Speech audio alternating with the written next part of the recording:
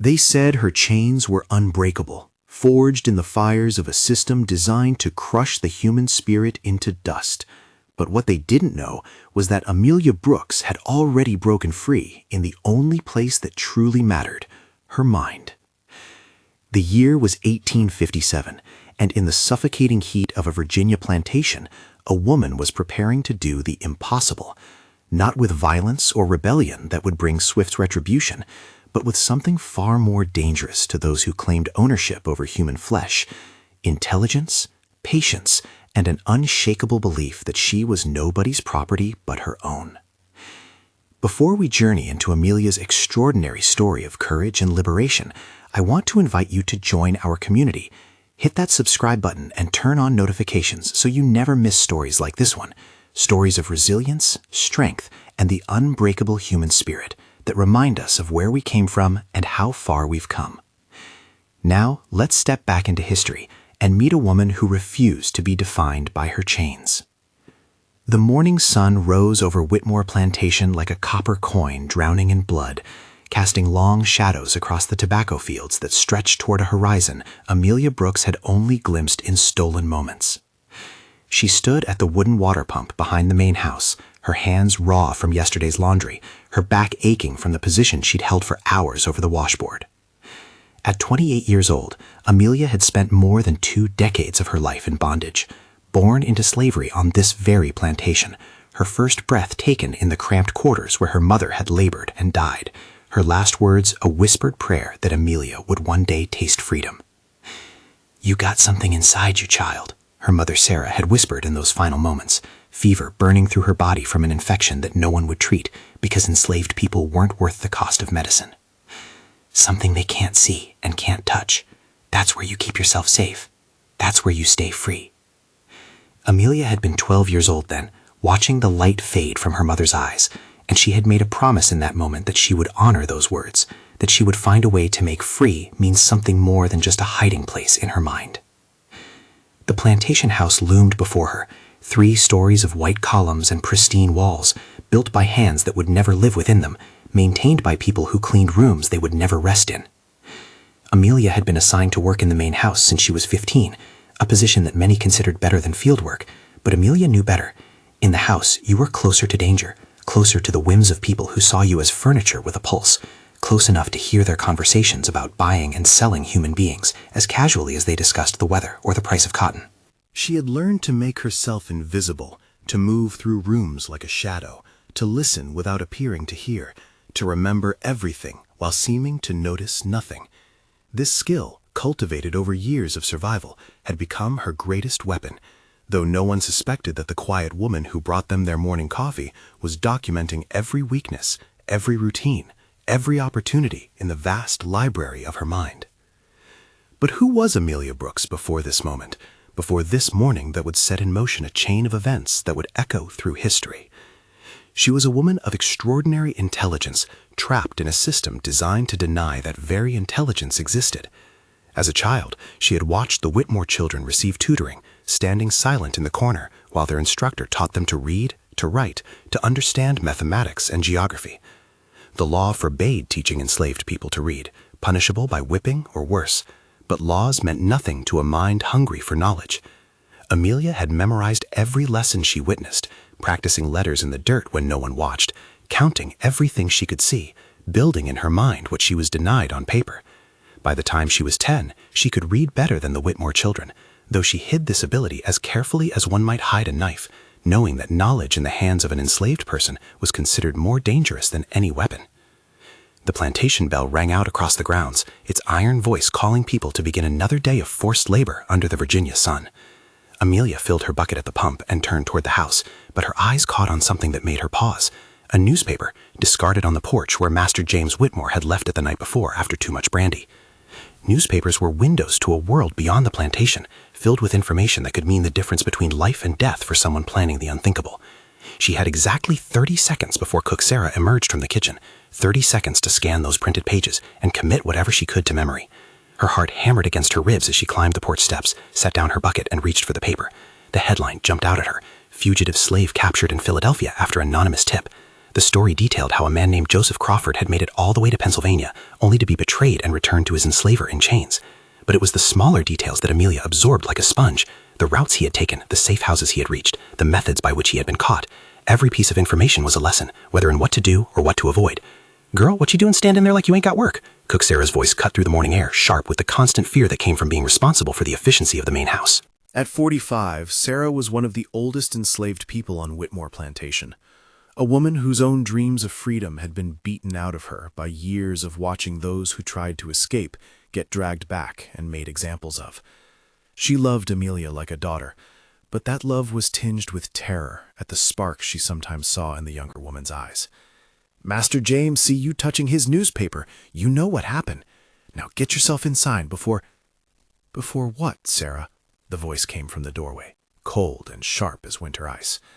Amelia's blood turned to ice water in her veins as she recognized the voice of Master James Whitmore himself, standing there in his nightshirt and robe, his pale eyes fixed on her with an expression that made her stomach clench with instinctive dread. At 35, James Whitmore was considered a progressive plantation owner by his peers, which meant he preferred economic punishment over physical violence when possible, selling off family members to separate planters rather than resorting to the whip. This made him no less monstrous in Amelia's eyes, just more calculating, more insidious in his cruelty. Was Amelia here reading my newspaper? Because we both know that would be impossible, don't we? Since reading is a skill reserved for civilized people, and certainly not for property. The word property hung in the air like a noose, a reminder of exactly how he and the law viewed her existence. But what happened next would surprise everyone on that porch, except Amelia herself, because she had spent years preparing for moments exactly like this, moments where one wrong word could mean death or separation from everyone she loved. She lowered her eyes in the practiced gesture of submission, letting her shoulders curve inward, making herself smaller, less threatening, exactly as she had learned to do. "No, sir, Master Whitmore," she said, her voice carefully measured to sound neither too intelligent nor too slow. "I was just moving this here paper so I could set down my water bucket without getting nothing wet. Cook Sarah was just telling me to hurry up with my work, sir. I apologize if I done something wrong." The performance was perfect, honed through years of observation and survival, a careful dance between appearing competent enough to be valuable, but not so intelligent as to be threatening. James Whitmore studied her for a long moment, his eyes searching for any sign of deception, any hint of the intelligence she worked so hard to conceal. But Amelia had learned long ago to let her face become a mask, showing nothing but simple obedience and mild confusion at his attention. Finally, he grunted and waved a dismissive hand. "Get about your work, then. And Sarah, make sure the breakfast is ready within the hour. My brother Thomas is arriving today from Richmond, and I want everything perfect." He turned and disappeared back into the house, leaving Amelia and Sarah standing in the heavy silence that followed his departure. Sarah's hand shot out and gripped Amelia's arm hard enough to bruise, her eyes wide with a mixture of relief and fury.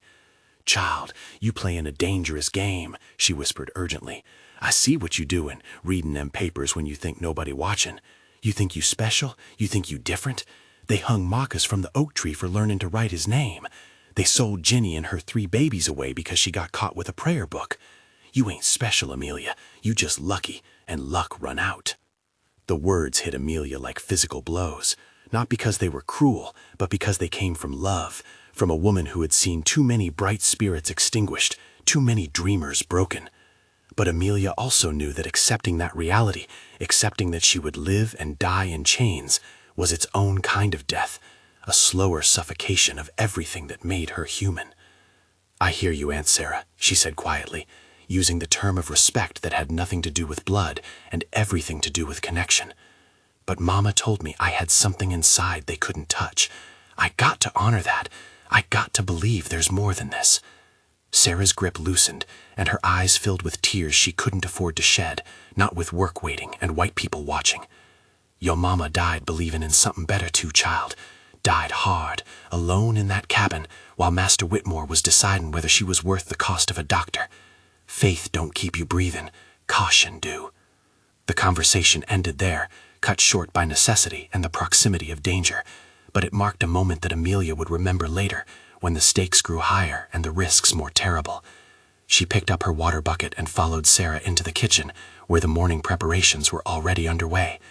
The kitchen was its own kingdom, a sweltering domain ruled by fire and iron, where meals for the Whitmore family were prepared with ingredients that the enslaved people who cooked them would never taste.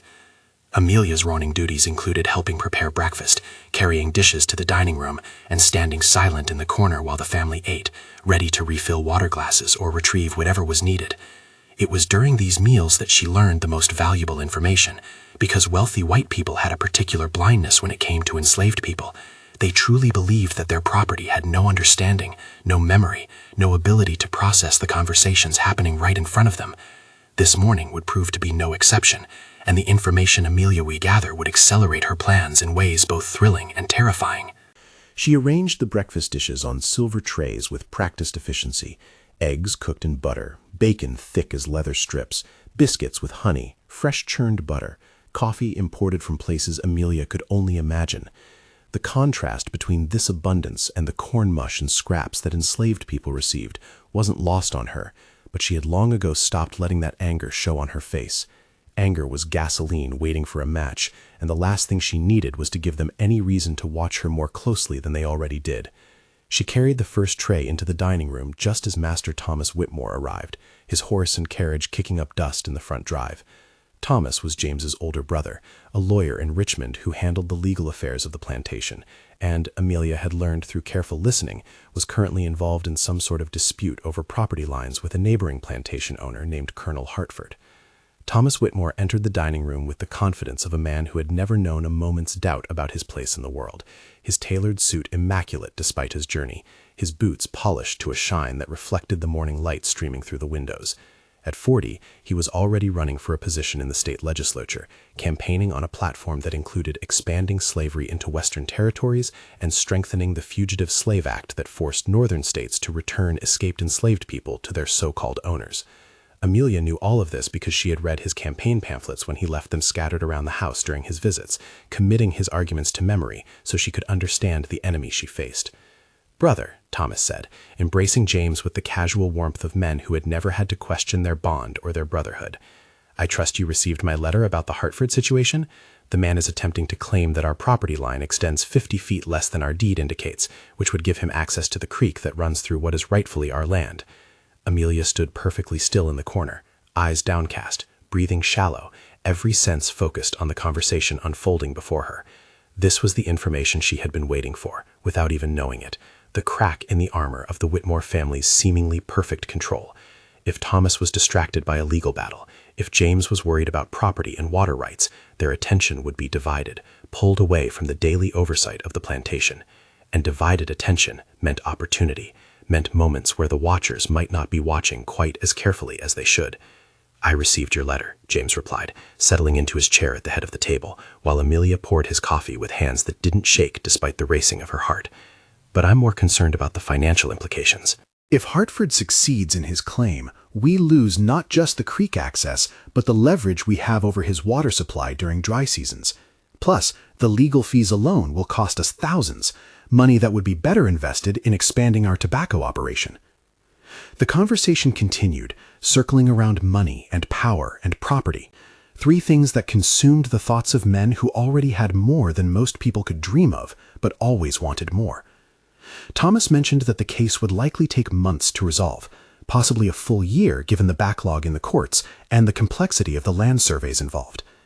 He would need to spend considerable time in Richmond reviewing documents and preparing arguments, which meant James would be managing the plantation largely alone.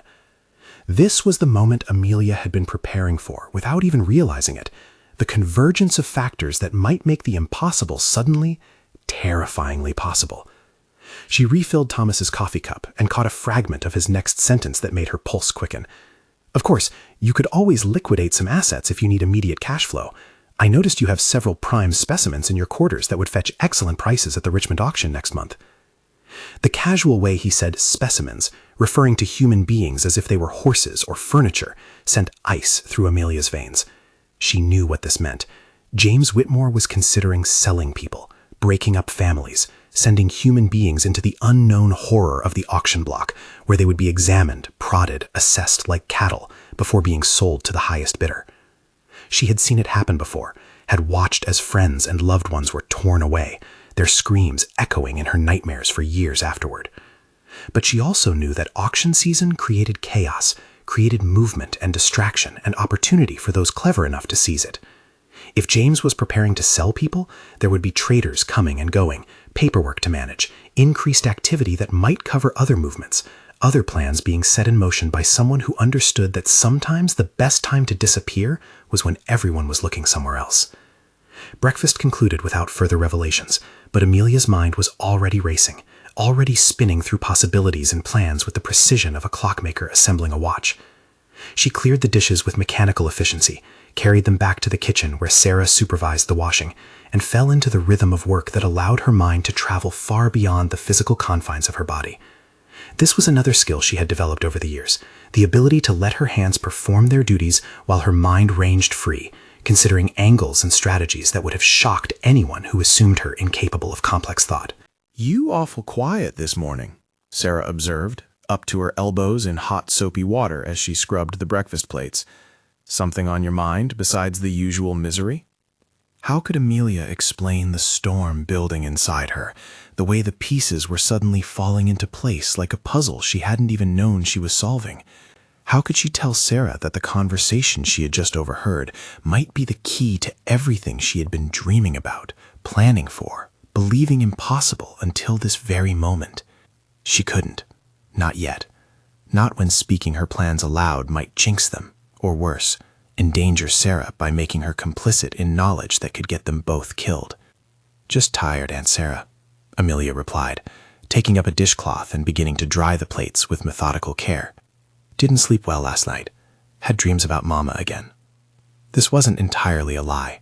Her mother's face visited her dreams regularly, a reminder of what she was fighting for, who she was honoring with every step toward freedom. The morning work continued with its relentless pace, floors to sweep, windows to clean, chamber pots to empty and wash, linens to change, furniture to dust, 1,000 small tasks that kept the white people comfortable while the hands that performed them ached and blistered. But through it all, Amelia's mind was calculating, planning, considering variables with the precision of a general planning a campaign. She knew she couldn't simply run. The Fugitive Slave Act meant that even reaching northern states wasn't true safety, as Joseph Crawford had discovered to his sorrow. She would need documentation, money, contacts, a plan so thorough that it accounted for every possible failure point. And she would need allies, people she could trust with her life, because no one escaped slavery alone, no matter what the romanticized story suggested. By midday, when the sun hung high and merciless over the plantation, Amelia had formed the skeleton of a plan that both terrified and exhilarated her. During her lunch break, a brief 20-minute 20 enslaved people gathered in the shade behind the quarters to eat their rations of cornbread and beans. She sought out the person she trusted most in the world besides Sarah, her friend Marcus Johnson, a man of 32 who worked in the plantation's blacksmith shop and possessed a mind as sharp as the tools he forged. Marcus had been born on a plantation in Maryland, sold south when his previous enslaver died and the estate was liquidated, separated from his wife and 2 children whom he had never stopped trying to find. He and Amelia had formed a bond over years of stolen conversations, finding in each other a kindred spirit who refused to accept the permanence of their condition, who believed that the human spirit was stronger than iron chains. "You got that look," Marcus said quietly when Amelia approached, his eyes scanning the area to make sure no overseers were within earshot. They sat with their backs against the rough wooden wall of the quarters, their bodies angled so they appeared to be looking away from each other, a precaution developed through years of covert communication. "That look that says you think in dangerous thoughts. What happened?" Amelia kept her voice low, barely above a whisper, her lips hardly moving as she spoke. "Whitmore's got legal troubles. Might last a year. Might be selling people at Richmond auction next month. Place gonna be chaos. Traders coming and going. Paperwork and confusion. Could be our chance, Marcus. Could be the moment we've been waiting for." She felt him tense beside her, felt the way his breathing changed as hope and terror warred within him. They had talked about escape before, in the abstract way people discuss dreams they don't truly believe will manifest. But this was different. This was concrete, real, immediate in a way that made the dream suddenly, frighteningly tangible. "We run, we gotta have a plan better than anything anyone tried before," Marcus said after a long silence, his voice rough with emotion he couldn't afford to show fully. "Every person get caught, end up dead, or worse. They make examples. You know what they did to Samuel when he got caught last year? Beat him so bad he couldn't walk for months, then sold him to the sugar plantations in Louisiana. That's a death sentence, just a slow one. We try this, we better be sure, Amelia. We better be absolutely certain. His words echoed Sarah's earlier warning, but where Sarah spoke from a place of resigned fear, Marcus spoke from the place of someone who still believed freedom was possible, but understood the terrible cost of failure. Amelia nodded slowly, her eyes fixed on the horizon where tobacco plants swayed in the hot breeze, their leaves broad and green, cultivated by hands that would never see profit from their labor. I know the risks, she said quietly. Been knowing them my whole life. But I also know I can't die here, Marcus. Can't live my whole life being somebody's property, being less than human in the eyes of the law. Mama told me I had something inside they couldn't touch. Time I prove her right. The conversation was cut short by the approach of an overseer, a cruel-faced man named Garrett Stone, who took particular pleasure in finding reasons to punish enslaved people for the smallest infractions. Marcus immediately stood and headed back toward the blacksmith shop, his shoulders hunched in the posture of submission that was second nature to anyone who wanted to survive. Amelia remained seated for another moment, finishing her small portion of cornbread, her mind already moving to the next phase of her planning, gathering information, identifying resources, building a network of people who might help, or at least not betray her. She thought of the Underground Railroad, the network of safe houses and brave souls who risked everything to help enslaved people escape. But she also knew that accessing that network required connections she didn't yet have. She thought of the Quakers, whose religious beliefs opposed slavery, and the free black communities in northern cities, who sometimes helped escapees. But reaching them would require crossing hundreds of miles of hostile territory where any black person without papers would be immediately suspect. The afternoon stretched long and brutal, the heat climbing until the air itself seemed to shimmer with malevolence. Amelia worked through it with the same steady persistence that had kept her alive this long, carrying water to the house, helping Sarah prepare the evening meal, attending to the 100 small tasks that comprised her daily servitude. But something had shifted inside her, some fundamental transformation that came from moving from abstract dreams to concrete planning. She found herself noticing things she had always seen but never truly examined. The layout of the plantation, the schedules of the overseers, the times when surveillance was lightest, the places where the tree line came closest to the buildings, the roads that led away from this place toward destinations unknown. Every detail was cataloged, filed away in her mental library, ready to be retrieved when the moment came. That evening, after the Whitmore family had eaten their dinner and retired to the parlor, Amelia was assigned the task of cleaning Master James's study, a room filled with ledgers and documents that detailed every aspect of the plantation's operation. She entered with her cleaning supplies, her movements efficient and unremarkable, but her eyes were scanning constantly, looking for anything that might prove useful. The ledgers showed which enslaved people were considered most valuable, who might be sold, what prices James expected to receive. There were letters from slave traders offering their services, price lists from recent auctions, documentation that revealed the cold economic calculations behind the buying and selling of human flesh. But there was also something else, something that made Amelia's breath catch in her throat. A map of Virginia, showing roads and rivers and towns, the pathways that connected this plantation to the wider world. She couldn't take the map, couldn't risk the theft being discovered, but she could memorize it, tracing the routes with her eyes, committing to memory the roads that led north toward Maryland and Pennsylvania, the rivers that might provide navigation, the towns where she might or might not find help. 20 minutes was all she had before she needed to return downstairs. 20 minutes to absorb as much information as possible while maintaining the appearance of simple cleaning. Her heart hammered against her ribs as she dusted the bookshelf, angled her body so she could see the map without obviously staring at it, letting her exceptional memory do what it had always done, capture and preserve information that might mean the difference between life and death. When Master James's footsteps sounded in the hallway, Amelia was already moving away from the desk, her dustcloth busy on a side table, her expression empty of everything but mild concentration on her work. "Amelia," James said from the doorway, and something in his tone made her stomach clench with instinctive dread. "Set down your cleaning supplies and come here." Every survival instinct screamed at her to run, to refuse, to do anything except comply with this command, but she had no choice, no power, no protection except the mask of submission she wore like armor. She set down the dustcloth and crossed the room to stand before him, eyes lowered in the practiced gesture of deference, her body language carefully calibrated to show respect without showing fear, because fear often excited men like James Whitmore, made them feel powerful and dangerous.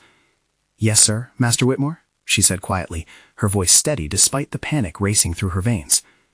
"I've been observing you," James said, and the words sent ice through her soul, because being observed, being noticed, was the most dangerous thing that could happen to someone planning escape. "You're intelligent, despite what some might say about your kind.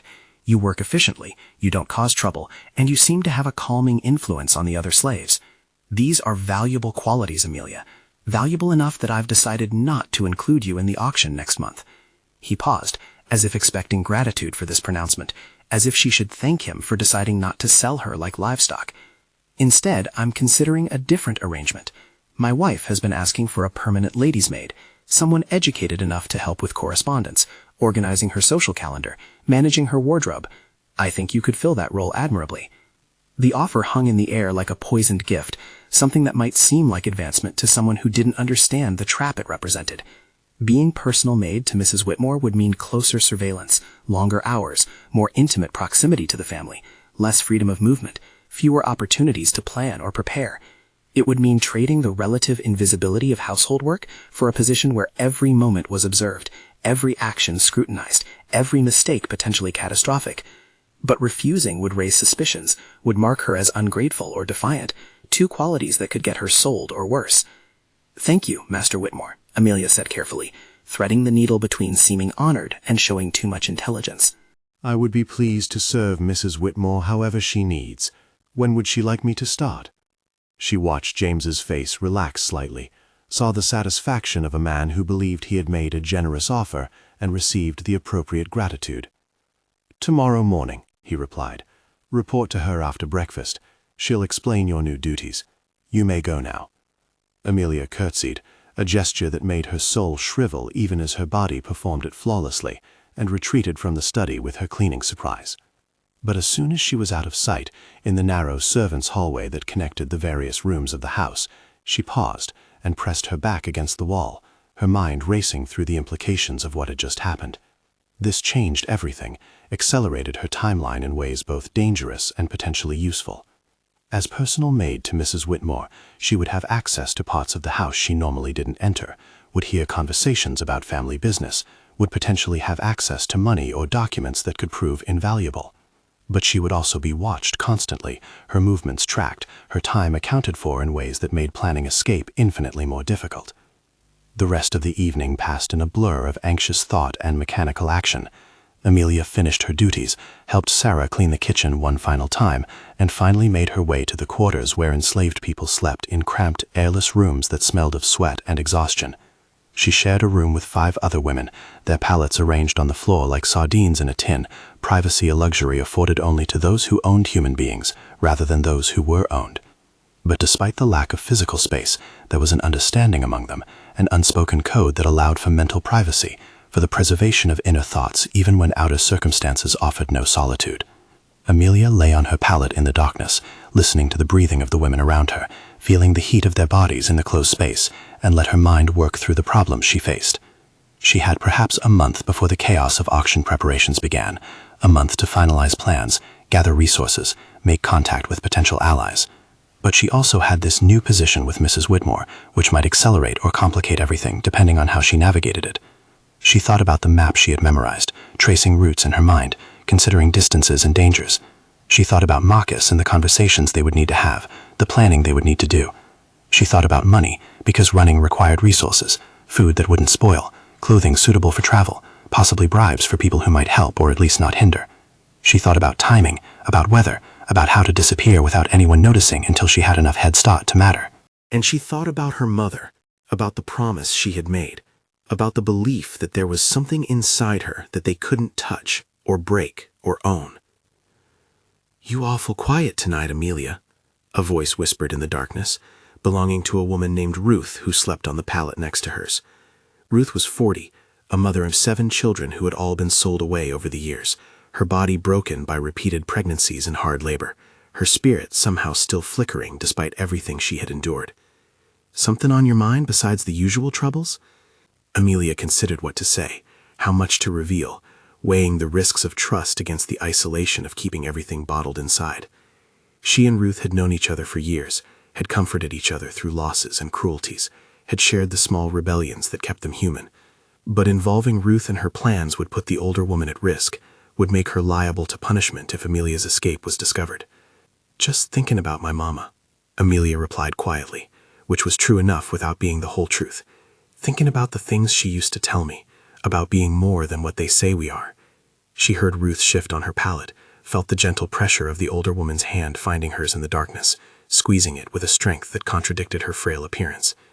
"Your mama was a wise woman," Ruth whispered, "believed in things she couldn't see, hoped for things she never got to have. You got her spirit, child, got her fire burning inside you. Just be careful that fire don't consume you before you get a chance to use it for something good." The warning was gentle but clear, coming from someone who had seen too many bright souls extinguished by the brutal machinery of slavery, too many dreams crushed under the weight of reality. Sleep came eventually, restless and troubled by dreams that mixed memory and imagination. Her mother's face, the taste of freedom she had never experienced, images of running through forests pursued by dogs and men, visions of crossing rivers into territories where she might finally, impossibly, belong to herself. When the plantation bell rang at dawn, Amelia woke with gritty eyes and a mind sharp and focused, ready for whatever this new day would bring. She dressed in the single change of clothing she owned, washed her face in the basin of cold water that all the women shared, and braided her hair with quick, efficient movements that spoke of years of practice. Today she would begin her new position with Mrs. Whitmore, would step into a role that could either help or hinder her plans, and she needed to be alert, observant, ready to seize whatever opportunities presented themselves. Breakfast for enslaved people was the same as always: corn mush and whatever scraps could be salvaged from the previous day's meals, eaten quickly while standing or sitting on the ground outside the quarters. Amelia forced herself to eat despite the knots in her stomach, knowing that hunger was a distraction she couldn't afford, that her body needed fuel for the work ahead. Marcus caught her eye from across the yard, his expression questioning, and she gave him the smallest nod, a signal that meant they needed to talk when it was safe. Then she was walking toward the main house, her feet tracing a path worn smooth by years of this same journey, her heart steady with a determination that surprised even herself. Whatever happened today, whatever this new position brought, she would use it, would turn it to her advantage, would remember that she was Amelia Brooks, daughter of Sarah Brooks, woman whose spirit no chain could truly hold.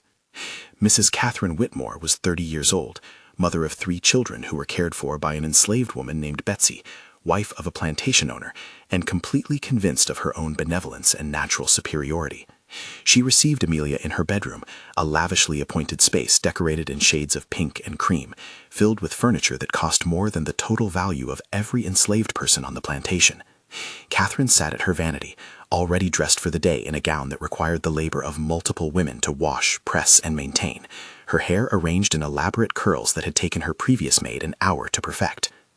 "Amelia," she said, without looking away from her own reflection, "James tells me you're to be my new personal maid. I hope you understand what an honor and opportunity this represents. I expect absolute dedication, complete discretion, and unwavering loyalty. In return, I will treat you with fairness and consideration. Do we understand each other?" The words were delivered with the casual certainty of someone who had never questioned her right to another person's labor, their time, their life. Amelia curtsied, that gesture of submission that scraped against her soul like broken glass. "Yes, ma'am, Mrs. Whitmore," she replied, her voice carefully modulated to sound grateful without sounding obsequious, respectful without sounding sycophantic. "I'll do my very best to serve you well." Catherine finally turned from the mirror, her pale blue eyes assessing Amelia with the same critical attention she might give to a new horse or piece of furniture. "You're prettier than I expected," she said thoughtfully, and something in those words sent a chill down Amelia's spine, because pretty enslaved women faced dangers that went beyond simple labor. "But James assures me you're intelligent and trustworthy, so we'll see how you manage. Your first task is to organize my correspondence. I've fallen dreadfully behind in responding to social invitations and family letters. You can read and write, I assume." The question was a trap, a test of how much James had told his wife, how much Amelia should admit to knowing. Reading and writing were illegal skills for enslaved people, dangerous knowledge that could result in severe punishment if discovered. But James had specifically mentioned correspondence help when offering her this position, which meant he either knew or suspected her literacy and had tacitly approved it for his wife's convenience. "I know my letters, ma'am," Amelia said carefully, splitting the difference between admission and denial. Master Whitmore mentioned you might need help with correspondence. I'll do my best to learn whatever you need me to do." It was a masterful non-answer, acknowledging the task without explicitly claiming the forbidden skill, giving Catherine room to interpret the response however she wished. "Good," Catherine said, apparently satisfied. "The correspondence is in the desk in my sitting room. Sort it by date, separate the social invitations from the family letters, and bring me anything marked urgent. I'll review your work after lunch. You may go." Dismissed like a child or a servant, which of course she was in Catherine's eyes, Amelia curtsied again and moved to the adjoining sitting room, where a beautiful mahogany desk stood covered in scattered papers and envelopes. This was it, the moment that could either prove her usefulness or expose her dangerous intelligence. She approached the desk with her heart hammering, knowing that everything depended on how well she performed this task, how carefully she navigated the treacherous ground between competence and threat. The letters were a window into the social world of wealthy white Virginia, filled with invitations to teas and dinners, updates from relatives in Charleston and Savannah, discussions of marriages and deaths and business transactions that treated human beings as commodities. Amelia sorted them with methodical care, her hands steady even as her mind raced, cataloging information that might prove useful. Names of people, locations of properties, schedules of social events that would require the Whitmore family's absence from the plantation. One letter in particular caught her attention, addressed to Catherine from a cousin in Philadelphia, discussing the growing tensions between North and South, the increasing boldness of abolitionists, the fear that the country might be heading towards some terrible confrontation over the question of slavery. "The sentiment here is decidedly against the peculiar institution," the cousin had written, and Amelia memorized every word. "I dare not speak too openly, but I have heard of organizations that provide assistance to those seeking to escape bondage. If one were to reach Philadelphia, there are resources available, though I cannot say more without putting myself at risk."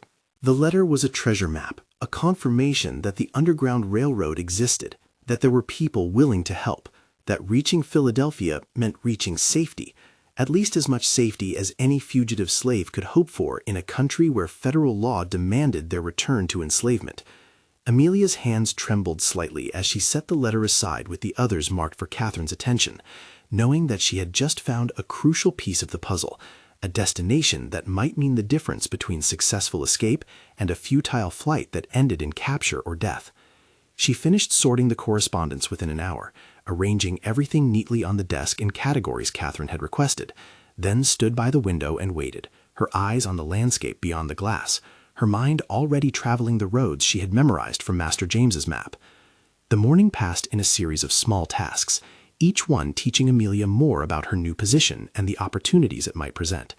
She learned Catherine's routines, her preferences, the rhythm of her days which revolved around social obligations and the maintenance of appearance. She learned where Catherine kept her money, a small cache of bills and coins in a locked jewelry box, whose key hung on a ribbon around her neck, but which was sometimes left carelessly on the vanity when she bathed. She learned which rooms of the house were used regularly and which stood empty for hours, creating potential hiding places for supplies or documents. She learned that Catherine loved to gossip, that her tongue loosened when she was comfortable, that she saw Amelia not as a thinking being, but as a living diary, someone she could talk at without worrying about judgment or discretion.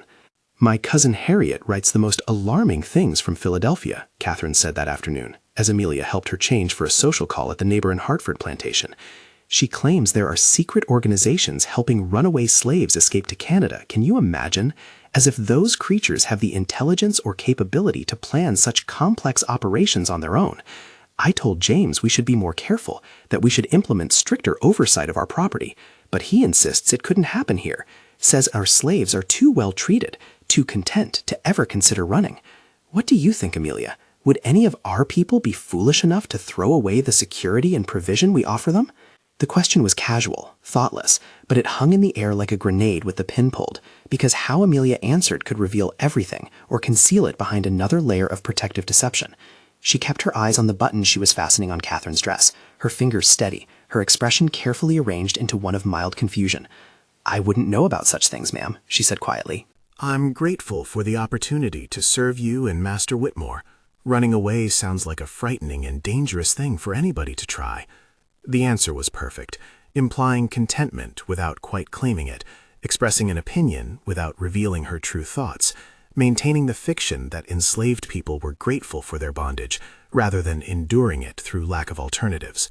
Catherine seemed satisfied, already moving on to other topics, chattering about the Hartford family and their pretensions, about the ridiculous dispute over property lines, about how she intended to wear her new bonnet to church on Sunday to make the other plantation wives jealous.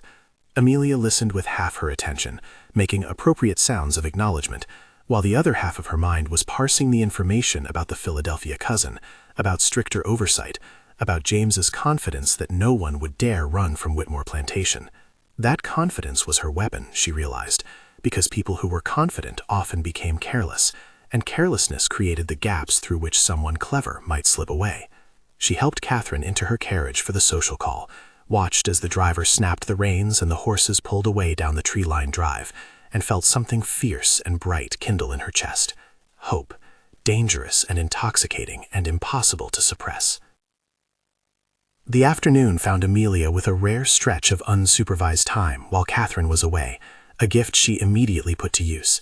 She sought out Marcus at the blacksmith shop, where he was working on horseshoes, the forge burning hot even in the oppressive summer heat.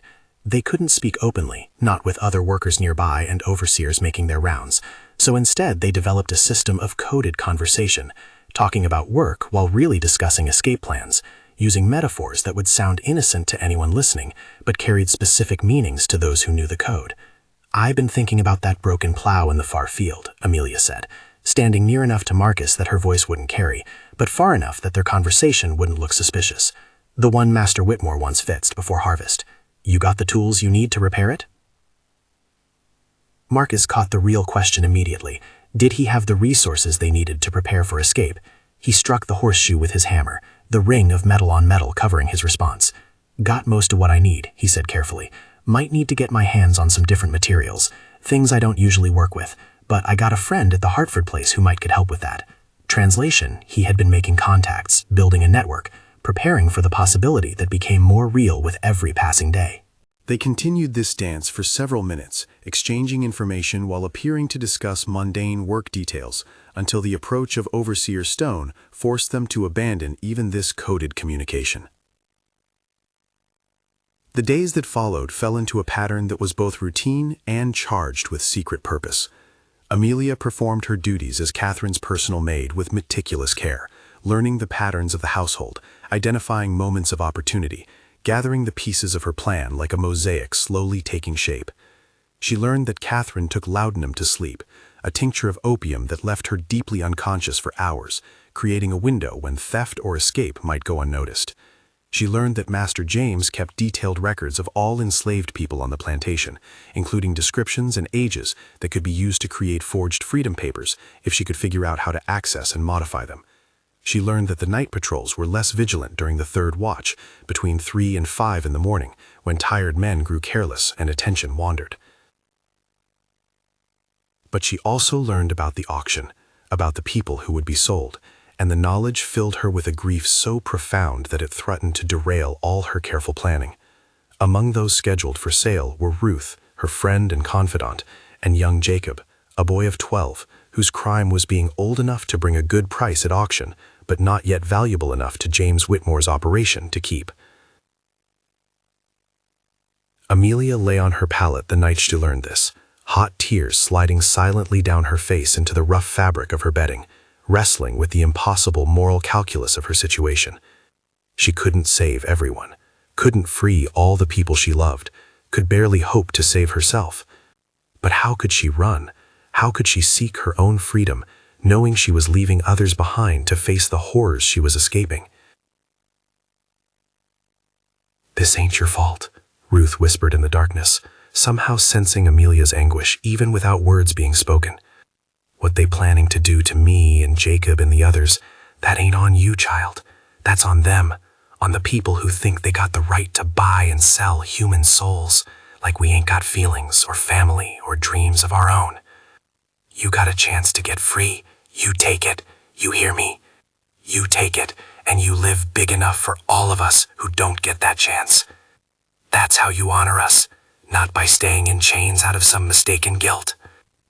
The words were absolving, but they didn't heal the wound, couldn't erase the terrible truth that freedom for one often meant abandonment of many, that every escape was simultaneously an act of courage and an act of necessary selfishness. The week before the auction, Whitmore Plantation transformed into a hub of activity that was both chaotic and precisely organized. Slave traders arrived in carriages and wagons, Hard men with calculating eyes who examined human beings with the same attention they might give to livestock, checking teeth and muscle, asking about health and skills and temperament. The people scheduled for sale were brought to a barn that had been converted into a temporary holding area, separated from their families and friends, fed better than usual because a healthy-looking slave commanded higher prices, dressed in clean clothes to make them more appealing to buyers. Amelia watched it all with a burning rage carefully concealed behind her mask of submission, and she made a decision that would either save lives or doom them all. She would not escape alone. The plan came together with a crystalline clarity born of desperation and determination.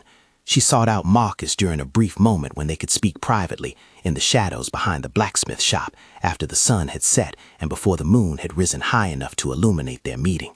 "We going for it," she told him, her voice low and urgent. "Night after the auction, when everybody exhausted and distracted and thinking about the money changing hands tomorrow. We taking Ruth and Jacob with us, maybe one or two others if they willing to try. I got money stole from Mrs. Whitmore's jewelry box, got some food stashed in the hollow tree by the creek, got basic supplies. What we don't got is time. You with me, Marcus? All the way, no matter what happens."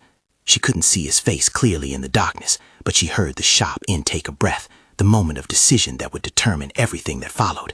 Then his hand found hers, gripped it with a strength that communicated everything words couldn't. "I've been with you since the day we started talking about this," he said quietly. "Been with you before that, really, before either of us had the courage to admit we might try something this crazy. You say we going, then we going. I got tools stashed that can break chains if we need to. Got a knife I forged that ain't much but better than nothing if it come to fighting. I even got something else, something that might help us make it to Philadelphia." He paused, and she felt the weight of his next words before he spoke them. "I got a name, a Quaker man in Winchester who helped runaways. Don't know if he's still doing it, don't know if we can trust him, but it's more than we had yesterday." The information was precious as gold, dangerous as dynamite. The difference between blind flight and having a destination, a possible ally, a thread to pull that might lead to the Underground Railroad they had only heard whispers about. Amelia squeezed Marcus's hand hard, feeling the calluses from years of forge work, the strength that had survived everything slavery had thrown at him. "How you know this?" she whispered, needing to understand before she trusted information that could either save them or lead them into a trap. "Who told you about this Quaker man?" Marcus was quiet for a moment, and when he spoke, his voice was thick with emotion. "Man named Samuel," he said finally.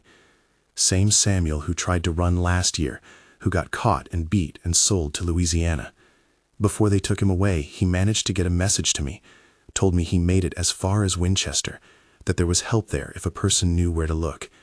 Said to find a cooper shop on Market Street, said to use the word Starlight as a password. Don't know if he was telling truth or if the information's still good, but it's all we got." The conversation had to end there, cut short by the sound of approaching footsteps, but they had said enough, planned enough, committed enough, that there was no turning back now. The die was cast, the decision made, and in less than 48 hours, Amelia Brooks would either be beginning a journey toward freedom or would be dead, captured, or facing punishments too terrible to imagine. She returned to the main house with her heart hammering against her ribs, climbed the servants' stairs to Catherine's room where she was expected to help her mistress prepare for bed, and performed her duties with hands that remained steady despite the revolution happening inside her. That night, lying on her pallet in the quarters, Amelia didn't sleep at all. Instead, she went over every detail of the plan, checking for weaknesses, considering alternatives, preparing herself mentally for what was coming. She would need to steal more supplies from the main house, candles for light, matches to start fires if necessary, a knife from the kitchen that she could hide in her clothing. She would need to convince Ruth and Jacob to come without telling them too much too soon, because the fewer people who knew the details, the less chance of accidental revelation. She would need to be ready to leave at a moment's notice once the auction was over, to disappear into the night while everyone else was exhausted from the day's transactions and the subsequent drinking that always followed such events. But more than the physical preparations, Amelia prepared herself spiritually, mentally, emotionally for what she was about to attempt. She thought about her mother, about the strength Sarah Brooks had shown even in dying, about the belief that there was something inside every person that no chain could hold. She thought about the countless people who had tried to escape before her, some successful, many caught, all of them brave enough to risk everything for the chance to be free. She thought about the future she was fighting for, not just for herself, but for everyone still enslaved, for the generations yet unborn who deserve to grow up knowing they belong to themselves and no one else. And she made a vow, whispered silently to the darkness of the quarters, that if she made it, if she survived this impossible attempt, she would dedicate her life to helping others escape, to fighting the system that had stolen so many lives and destroyed so many families. The day of the auction dawned hot and clear, the kind of perfect Virginia summer day that would have been beautiful if not for the horror it contained. Amelia performed her morning duties in a state of heightened awareness, every sense sharpened by the knowledge of what was coming, every moment potentially her last on this plantation. She helped Catherine dress for the auction, because wealthy white women attended these events as social occasions, opportunities to see and be seen, to gossip and compare prices, and congratulate themselves on their benevolence toward the creatures they bought and sold. Catherine chattered nervously about her outfit, about whether her bonnet matched her dress, about what she would say to the wives of the other plantation owners, completely oblivious to the fact that human beings would be torn from their families today, that lives would be destroyed by transactions treated as casually as buying furniture or livestock. The auction itself was held in a large open area near the main barn, with wooden platforms erected for the enslaved people to stand on while being examined and bid upon by traders and plantation owners from across Virginia and beyond. Amelia was not required to attend, but she positioned herself where she could watch from a window of the main house, bearing witness to the horror, because she owed it to Ruth and Jacob and the others to see, to remember, to carry the memory of this atrocity forward with her when she ran. She watched Ruth climb onto the platform, watched the way her friend held her head high despite everything, watched the traders examine her like she was an animal, commenting on her age and work history and childbearing past. She watched the bidding, watched Ruth sold to a trader from Alabama for $300, watched her friend led away in chains to join a coffle of other newly purchased human beings who would be marched south to cotton plantations that were known for their brutality. She watched Jacob next, the 12-year-old boy who had never known anything but slavery, who stood on that platform looking terrified and trying to be brave, his eyes scanning the crowd as if searching for someone who might save him. The bidding was brisk, traders recognizing his youth and potential for years of labor ahead, and he went for $450 to a man from Richmond who bought boys specifically to train them in skilled trades before selling them for profit in a few years. Amelia watched it all with dry eyes, because tears would have been an indulgence she couldn't afford, a display of emotion that might draw unwanted attention. Instead, she channeled her grief and rage into something colder, harder, more useful, a determination that burned like forged iron, a commitment that nothing would stop her from carrying out the plan she had made. The auction continued for hours. Person after person sold to the highest bidder, families separated with the casual efficiency of a business transaction, because that's what it was to the white people present. Business, profit, the exercise of property rights that the law upheld and the church sanctioned. By the time it ended, 16 people had been sold from Whitmore Plantation, generating over $6,000 in revenue for James Whitmore, money that would be used to pay off debts, expand operations, maintain the comfortable lifestyle to which he and his family felt entitled. There was a celebration that evening, whiskey flowing freely among the white men as they congratulated each other on successful deals, while in the quarters, those left behind mourned the loss of friends and family, their grief a silent scream that no one with power cared to hear. Amelia moved through that evening like a ghost, performing her duties for Catherine, helping her prepare for bed, watching as her mistress took her usual dose of laudanum and settled into sleep with the peaceful oblivion of someone whose conscience was untroubled by the day's events. As soon as Catherine's breathing deepened into the rhythm of drugged slumber, Amelia moved with careful precision, retrieving the small bundle of supplies she had hidden under her pallet, adding the coin she had stolen from Catherine's jewelry box, the knife she had taken from the kitchen, the flint and steel she had carefully pocketed over the past weeks. She moved through the dark house like a shadow, down the servants' stairs, out through the kitchen door that she had left deliberately unlocked, across the yard toward the quarters where the others waited. Marcus was already there, standing in the shadows with 3 other people, not just Ruth and Jacob as they had planned, but also a woman named Hannah who was Ruth's cousin and had nowhere else to go now that Ruth was being taken south, and an older man named Isaiah who had been planning his own escape and saw this as his best chance. 5 people instead of 4, which complicated everything, but also felt right, felt like the kind of solidarity that slavery tried to destroy but could never quite kill. "We ready?" Amelia whispered, and saw 5 heads nod in the darkness, saw the fear and determination mixed on faces she had known her whole life. Then let's go. Stay close, stay quiet, and whatever happened, we keep moving. We stop, we die. We hesitate, we die. Our only chance is to run until we can't run anymore, then run some more. They moved through the plantation grounds with their hearts hammering and their breath coming in quick gasps, every sense alert for the sound of dogs or overseers, for the alarm bell that would signal their absence had been discovered.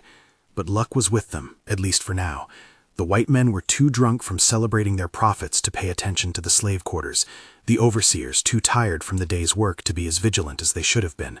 The dogs fed and sleeping because no one expected trouble on a night when the enslaved people should have been cowed by the auction's demonstration of power.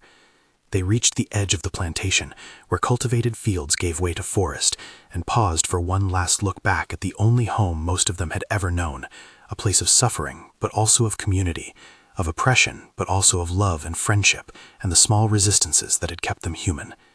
Then they were running, crashing through underbrush that tore at their clothes and skin, following the route Amelia had memorized from the map in Master James's study, heading northeast toward Winchester and the Quaker Cooper who might or might not help them, might or might not still be operating as part of the Underground Railroad, might or might not represent their best chance of reaching Philadelphia and something approaching safety.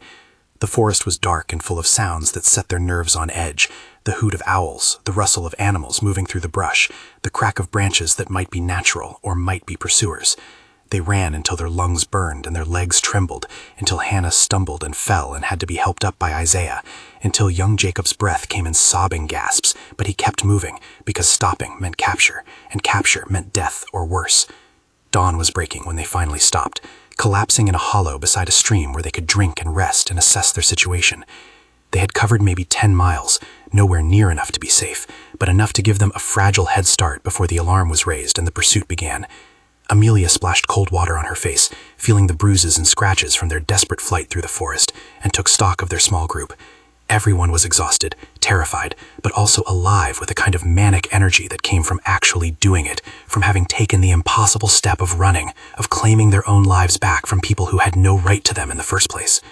"We need to keep moving as soon as we catch our breath," she said quietly, gathering them close so she could speak without raising her voice. "They probably discovered we missing by now, probably already sent out search parties. We got to assume dogs on our trail. Got to assume they hunting us hard because Master Widmore can't afford to let us get away. Would set a bad example, make other people think they can run too." "How far to Winchester?" Marcus asked, his voice rough with exhaustion and thirst. Amelia had been calculating the distance, trying to reconcile what she remembered from the map with the actual terrain they had covered. "Maybe 40 miles, she said, and saw the despair flash across their faces, because 40 miles might as well have been 400 when you were running from dogs and men on horseback, when you had no money, no papers, no legal right to be anywhere without a white person's permission. But we can make it if we stay smart, if we use everything we know about how they hunt runaways. We travel at night when it's harder to track us, rest during the day in places they won't think to look. We wade through water when we can to hide our scent from the dogs. We eat what we can forage or steal, and we absolutely do not trust anyone unless we absolutely have to." Isaiah, who at 45 was the oldest among them and had seen more attempts at escape fail than succeed, spoke up with a question that needed asking. "What happened when we get to Winchester? What if this Quaker man don't exist or won't help us? What if we get that far and it all been for nothing?"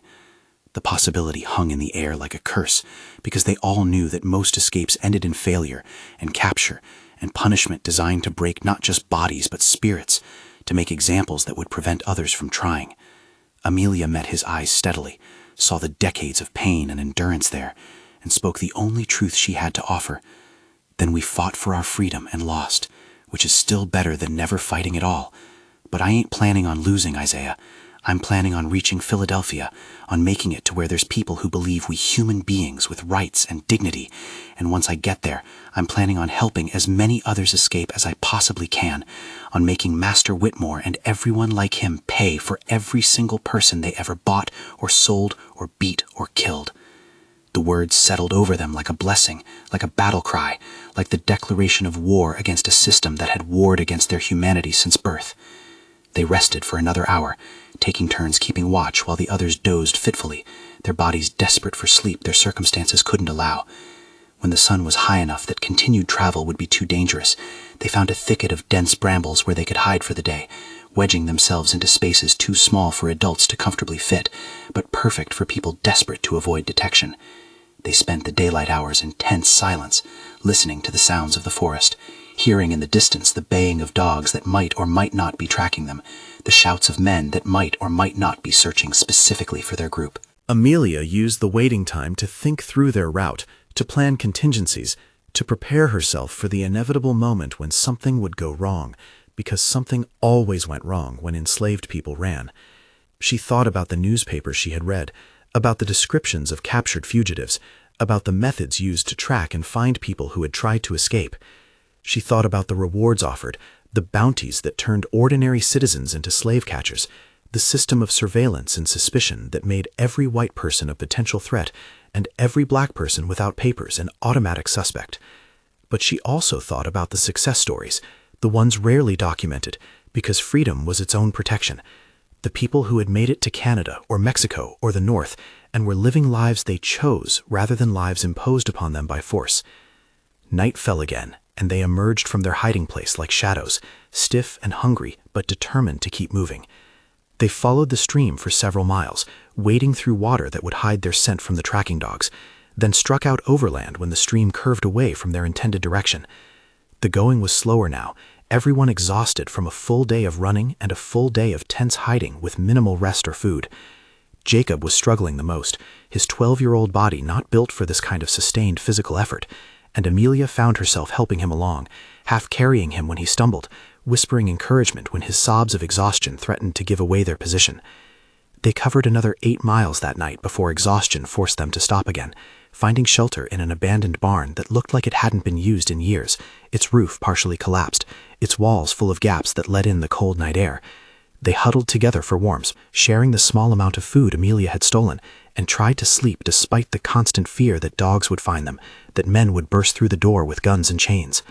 Amelia lay awake, her mind refusing to rest, running through calculations of distance and time, of how long before their absence was noticed, how long before serious pursuit was organized, how long before the advertisements went out describing their appearances and offering rewards for their capture. The advertisement would read something like this, she knew from having seen hundreds of them in the newspapers. $5 runaway reward, absconded from the plantation of James Whitmore in Albemarle County, Virginia, 5 Negro slaves. Amelia, woman, age 28, intelligent, possibly able to read. Marcus, man, age 32, blacksmith by trade, strong build. Hannah, woman, age 26. Isaiah, man, age 45, possibly infirm. Jacob, boy, age 12. The above reward will be paid to anyone who apprehends said slaves and returns them to the undersigned or delivers them to any jail in Virginia. Warning: these slaves may be armed and dangerous. Additional reward offered for information leading to their capture. The thought of being reduced to words on a page, her entire existence summarized in a few descriptive phrases designed to help strangers hunt her down, filled Amelia with a cold fury that helped keep her awake and alert. She would not be caught, would not go back, would die first, and take as many slave catchers with her as she could manage. The knife she had stolen from the kitchen pressed against her side, hidden in her clothing, a small weapon, but better than nothing if it came to a fight. She had never killed anyone, had never even seriously contemplated violence, but she understood now that running meant accepting the possibility of violence, that the system they were fleeing would use every tool at its disposal to drag them back, and she would have to be willing to match that determination with her own. Dawn came too soon, finding them cold and hungry and sore from another night of running, another day of hiding ahead. They took turns sleeping in shifts, one person always on watch for signs of danger, and it was during Hannah's watch, in the late morning, that she hissed a warning that froze everyone's blood. Riders approaching, 3 of them on horseback, accompanied by dogs whose excited barking suggested they had found a scent. The group scrambled to their feet, adrenaline overriding exhaustion, and Marcus moved to the gap in the barn wall to assess the threat. "Slave catchers," he whispered urgently. "Professional hunters, not just plantation overseers. They got tracking dogs and guns, and they come in this way." There was no time for careful planning, no opportunity for strategy or clever evasion. They had only seconds to decide: hide and hope the searchers passed by, or run and hope they could outpace men on horseback and dogs bred for hunting humans. Amelia made the decision in a heartbeat. "We scatter," she said urgently. "Split up, confuse the dogs, make it harder for them to follow all of us at once. We meet at the big oak tree by the crossroads. The one I told you about from the map. If someone don't make it, the rest keep going. Nobody waits. Nobody tries to rescue nobody. We survive or we don't, but we don't all die together. Go, now.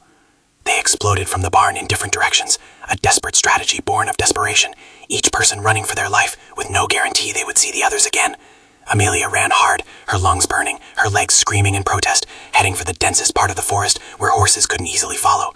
Behind her, she heard the baying of dogs intensify, heard shouting as the slave catchers spotted their fleeing prey, heard the crack of a gunshot that made her duck instinctively, even though the bullet struck a tree yards away from her. She ran like her life depended on it, because it did, crashed through undergrowth that tore at her clothes and skin, leaped over logs and ducked under branches, her mind focused entirely on the immediate task of putting distance between herself and the men who wanted to drag her back to slavery or worse. She ran until she could run no more, until her legs gave out and she collapsed behind a fallen log, her chest heaving, her heart hammering so hard she thought it might burst. She lay there for long minutes, listening for sounds of pursuit, hearing nothing but her own ragged breathing and the normal sounds of the forest.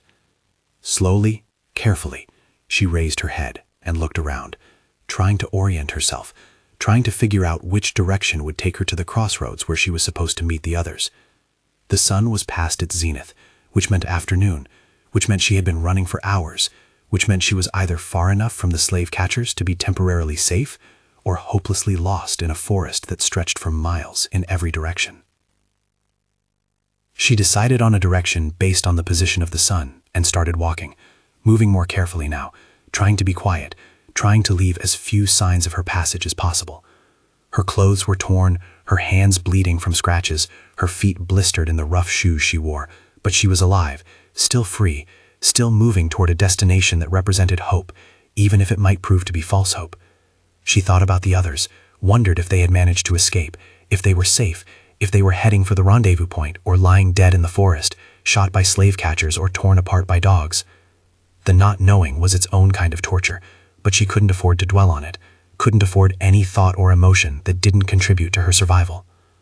Hours passed as she walked, the forest around her thick and wild and beautiful in a way that would have brought joy if not for her circumstances. She found a stream and drank deeply, then followed it for a while because water meant the possibility of food, of fish or frogs or plants that grew near water and were sometimes edible. She was desperately hungry, having had almost nothing to eat in 2 days of running, and hunger was beginning to make her lightheaded, making it harder to think clearly, to make good decisions. She spotted some berries that looked familiar, remembered her mother teaching her as a child which wild plants were safe and which were poison, and ate carefully, not trusting her memory completely but trusting starvation even less.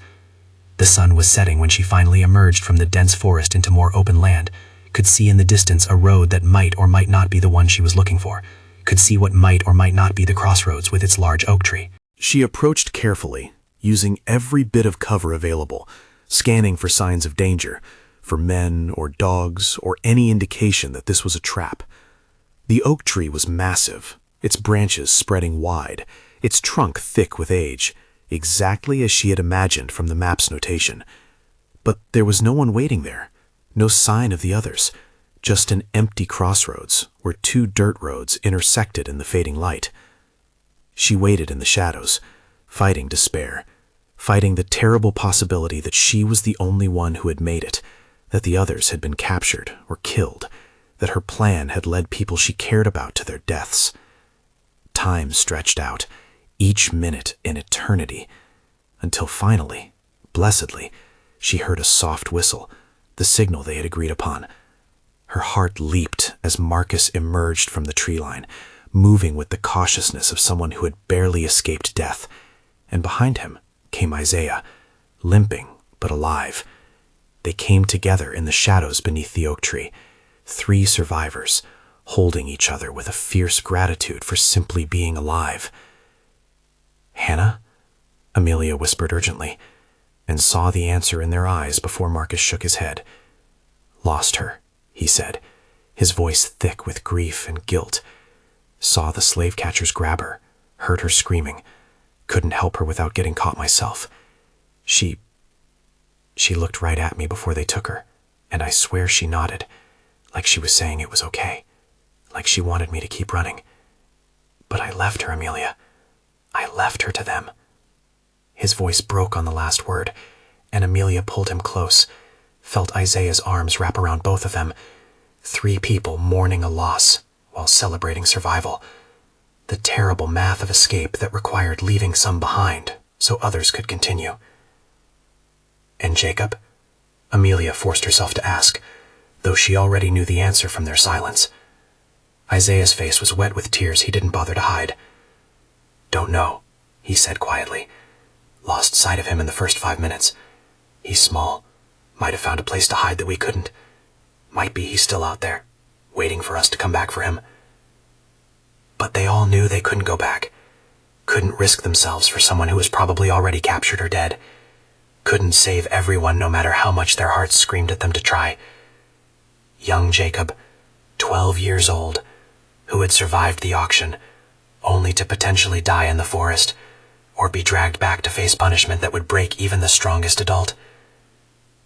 The grief was overwhelming, but Amelia forced herself to push it aside, to focus on the immediate necessity of survival. "We keep moving," she said, her voice harder than she intended, brittle with unshed tears and rage and determination. "Hannah and Jacob made their sacrifice so we could keep going, so we better not waste it." We still got 30 miles to Winchester.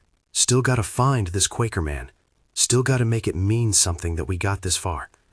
You with me? She looked at Marcus and Isaiah, saw the exhaustion and grief and fear in their faces, but also saw the ember of determination still burning, the refusal to give up even when giving up would be so much easier.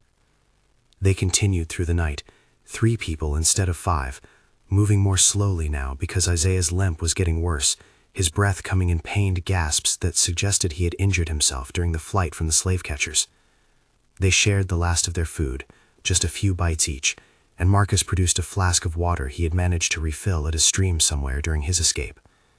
They walked through darkness broken only by starlight, following roads when they dared, taking to the forest when they heard the sound of approaching travelers, always moving northeast, always heading toward Winchester and whatever awaited them there.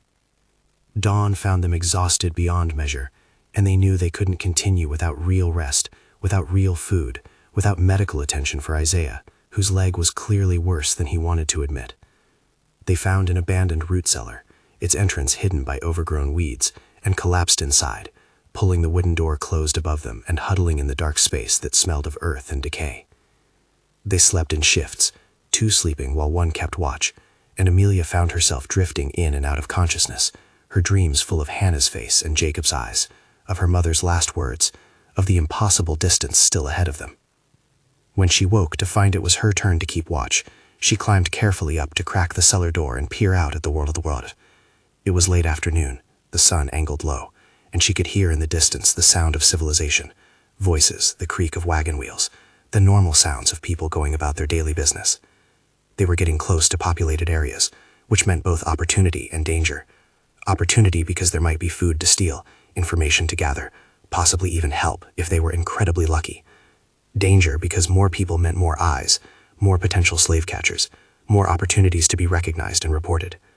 Marcus stirred below her, then climbed up to join her at the cellar entrance.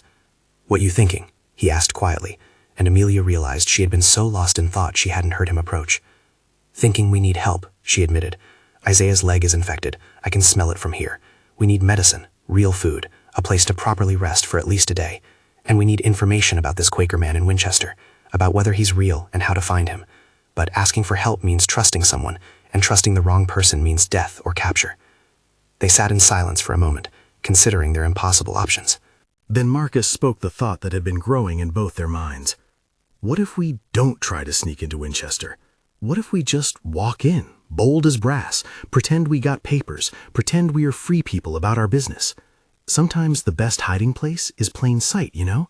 Slave catchers looking for terrified runaways hiding in the woods, not for confident colored people walking down the main street. The idea was audacious, terrifying, and possibly brilliant.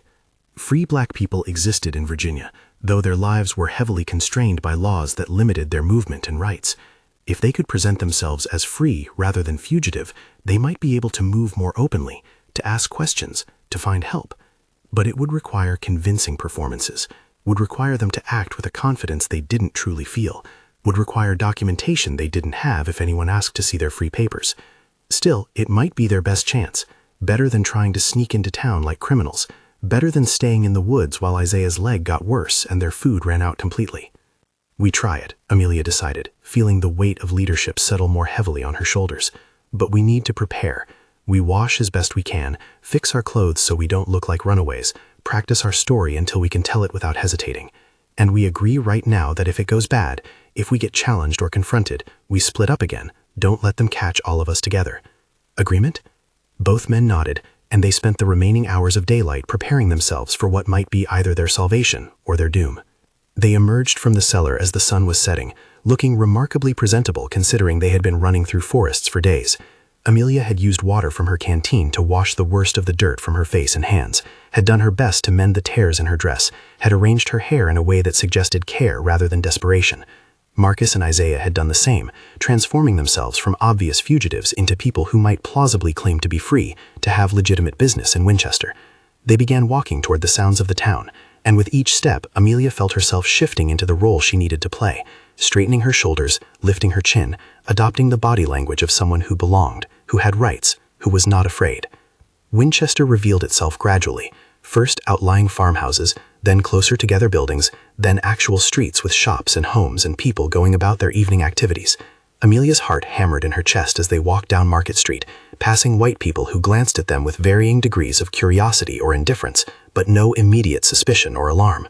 They were looking for a cooper's shop, the meeting place Samuel had mentioned before being dragged back to slavery, the possible connection to the Underground Railroad that might save their lives or might prove to be nothing but false hope built on desperation. They found it near the center of town, a solid building with a sign that read Miller's Cooperage and showed evidence of active business, barrels stacked outside, sounds of work coming from within. Amelia paused outside, gathering her courage, reviewing the password Samuel had provided, and then pushed open the door and stepped inside with Marcus and Isaiah close behind. The interior smelled of wood shavings and iron, dimly lit by lanterns, and a white man of perhaps 50 years looked up from his workbench with an expression of polite inquiry that revealed nothing about whether he would help or betray them. "Can I help you folks?" he asked, his accent marking him as a northerner, possibly a good sign or possibly meaningless. Amelia took a breath and spoke the password, her voice steady despite her terror. "We're looking to buy barrels for storing Starlight." The words hung in the air for a moment that felt like an eternity, and she saw the man's expression flicker, saw recognition followed by caution, followed by what might have been compassion. He set down his tools carefully and moved to the shop door, locked it, pulled the curtains over the windows, and then turned to face them with an expression that Amelia's heart soared with desperate hope. "You're in the right place," he said quietly. "My name is Thomas Miller, and yes, I help people traveling north, but we need to move quickly. There are slave catchers in town right now, professional bounty hunters working with local law enforcement, looking for a group of runaways who killed an overseer during their escape." Amelia's blood ran cold at his words, because they hadn't killed anyone, which meant either the overseers were lying to justify extreme measures, or another group of runaways had killed someone, and all fugitives were now being pursued with even greater intensity. "That's not us," she said urgently. "We didn't kill nobody. We just ran from Whitmore Plantation 3 days ago. There were 5 of us, but we lost 2 during the chase." Thomas Miller studied them with sharp eyes that assessed and calculated, and Amelia could see him weighing risks, considering options, deciding whether helping them was worth the danger to himself and his network. "I believe you," he said finally, "but it doesn't matter what the truth is if the slave catchers believe differently. Right now, every colored person without papers is suspect. Every fugitive is assumed dangerous, and the authorities are offering significant rewards for information. I can help you, but you need to understand the situation is more dangerous than usual." The routes are being watched, the safe houses are under increased surveillance, and the penalties for helping fugitives have never been harsher. "We understand," Amelia said, speaking for all of them, though her voice cracked slightly with the emotion she could no longer completely contain. "We just need a chance, Mr. Miller, a chance to make it to Philadelphia, to freedom, to lives we choose rather than lives forced on us. Whatever help you can give, we'll be grateful for, and if we make it, when we make it, we'll find ways to help others. We'll pay forward whatever kindness you show us today." The promise was sincere, absolute, a vow she would keep even if it took her entire life to fulfill. Thomas Miller nodded slowly, seemed to come to a decision, and moved to a cabinet at the back of his shop. He returned with food, real food, bread and cheese and apples that made Amelia's mouth water instantly, and gestured for them to eat. While they consumed the first proper meal they had had in days, he explained the situation and the plan. "I'm going to hide you in a false compartment in a wagon tomorrow morning," he said. "I have a delivery to make to a mill 30 miles north, near the Maryland border. The family that owns the mill are abolitionists, station masters on the railroad. They'll get you to the next safe house, and from there you'll continue north in stages until you reach Philadelphia. But tonight, you stay hidden here in my workshop. Don't make noise, don't show yourselves if anyone comes. And understand that if we're discovered, I'll have to deny helping you. I have a family, children who depend on me. I do this because I believe slavery is an abomination, but I can't sacrifice my family for strangers." His honesty was brutal, but also refreshing, a clear-eyed assessment of the risks they all faced. Amelia nodded her understanding, and they followed him to a small room behind his workshop where they could hide and rest. Isaiah's leg was examined by Miller, who had some medical knowledge and confirmed what they had feared.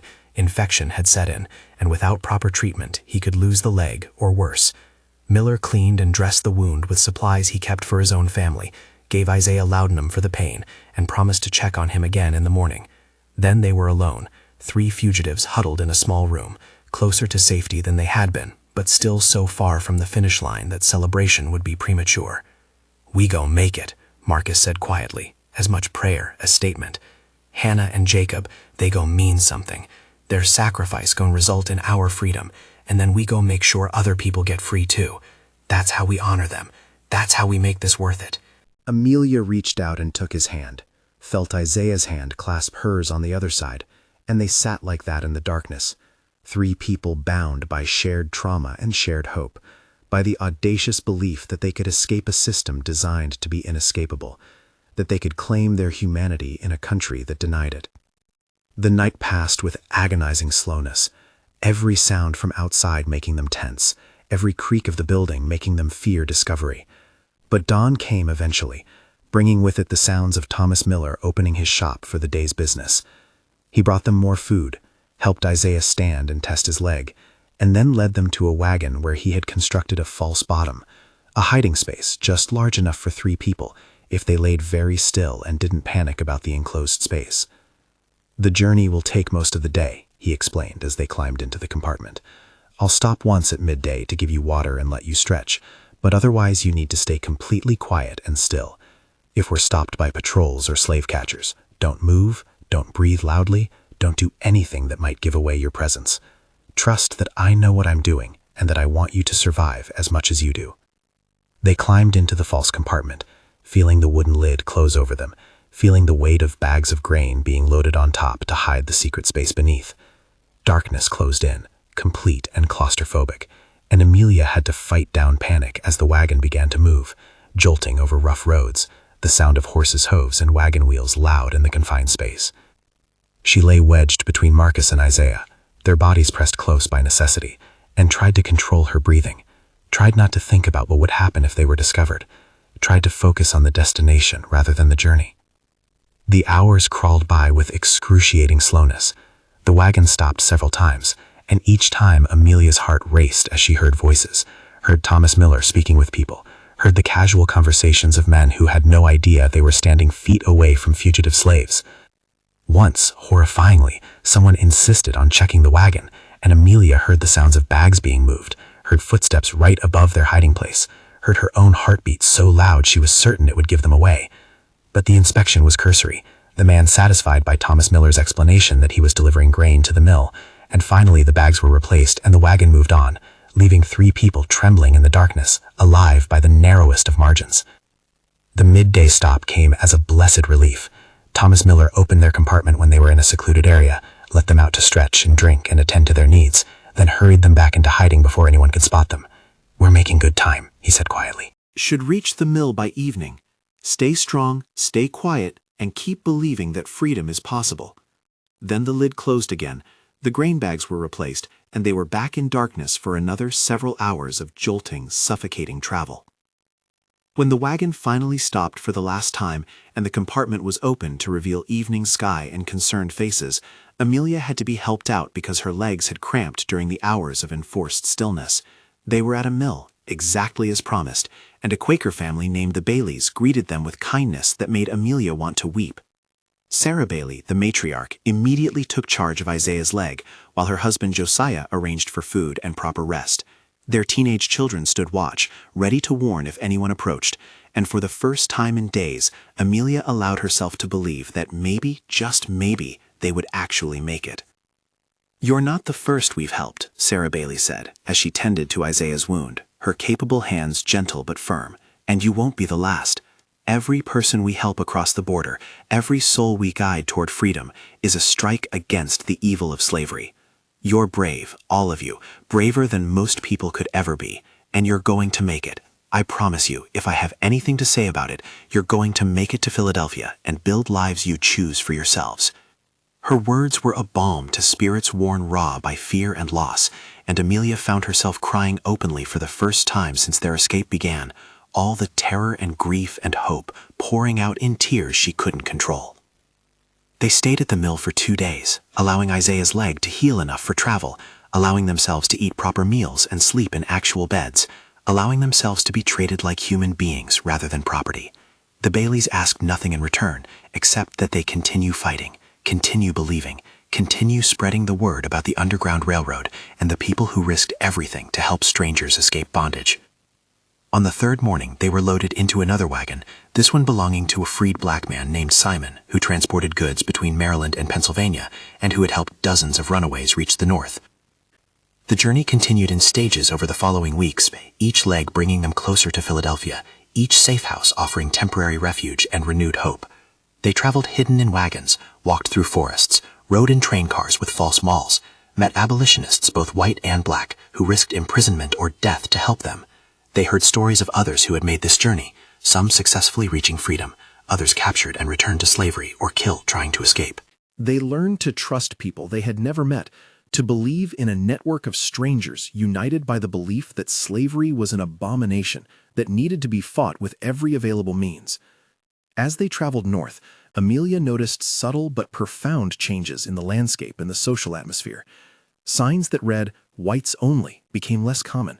They saw black people walking freely without constantly glancing over their shoulders, saw integrated churches and schools, saw evidence of communities where black and white abolitionists worked together toward a common cause.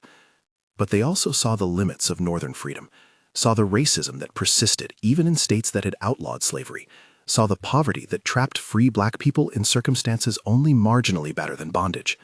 Philadelphia finally revealed itself on a crisp October morning, 6 weeks after their escape from Whitmore Plantation. 6 weeks of running and hiding and surviving against impossible odds. They approached the city with hearts full of emotions too complex to name. Joy at having made it, grief for those who hadn't, fear that even here they might not be truly safe, hope that maybe, finally, they could begin building lives they chose. They were met by members of the Vigilance Committee, an organization of black and white abolitionists who helped fugitive slaves adjust to freedom. And Amelia found herself shaking the hand of William Still, a black man who documented the stories of every fugitive who passed through his hands, preserving for history the names and struggles of people the nation tried to pretend didn't exist. "You made it," Still said simply, his eyes understanding everything that phrase encompassed. "You survived a system designed to destroy you, and now you have a chance to build something new. It won't be easy. Freedom in the North isn't the same as freedom in your dreams. There's still discrimination, still danger, still the threat of slave catchers under the Fugitive Slave Act. But you're here, you're alive, and you get to choose your own path forward. That's not nothing. That's everything." His words settled over Amelia like a blessing and a challenge, and she felt herself straightening, felt the weight of responsibility settling onto her shoulders even as the weight of immediate fear began to lift. The Vigilance Committee helped them find lodging, helped Isaiah get proper medical care that saved his leg, helped Marcus find work as a blacksmith where his skills were valued and he was paid for his labor. But for Amelia, the question of what came next was more complex. She had promised herself, had promised the memory of her mother, had promised Hannah and Jacob and Ruth and everyone still enslaved on Whitmore Plantation, that if she made it to freedom, she would spend her life helping others do the same. She began attending meetings of the Underground Railroad conductors, learning from people like Harriet Tubman, who made regular trips back to the South to guide others to freedom, understanding that true freedom meant not just escaping, but actively working to dismantle the system that made escape necessary. "You want to go back?" William Still asked when Amelia expressed her intentions. "You understand what that means. Every trip back is another chance to be captured, to be killed, to be enslaved again. Most people who make it north never go back, can't face the trauma, can't risk what they've built here. You sure this is what you want? Amelia met his eyes steadily, thinking of her mother, of the people she had left behind, of the injustice that continued every single day that slavery existed. I'm sure, she said quietly. I promised, not just to people I loved, but to myself. I can't be free while others remain enslaved, can't live with myself if I don't at least try to help. The next 2 years of Amelia's life were spent in service to the railroad, making trips back to the South, guiding groups of fugitives north, risking her life repeatedly for people she had never met. She used the intelligence that had kept her alive, the skills she had developed through years of survival, the determination that had carried her through the darkest moments of her own escape. She became known as Moses among some of the people she helped, a title she shared with Harriet Tubman, a reference to the biblical figure who led his people out of bondage. She learned to forge freedom papers that could fool authorities, learned the routes and safe houses across multiple states, learned to read the signs that indicated danger or safety. But she never forgot where she came from, never stopped thinking about the people still enslaved on Whitmore Plantation, never stopped planning a return to the place that had tried to break her. It took 2 years of preparation, 2 years of building networks and gathering resources and waiting for the right opportunity.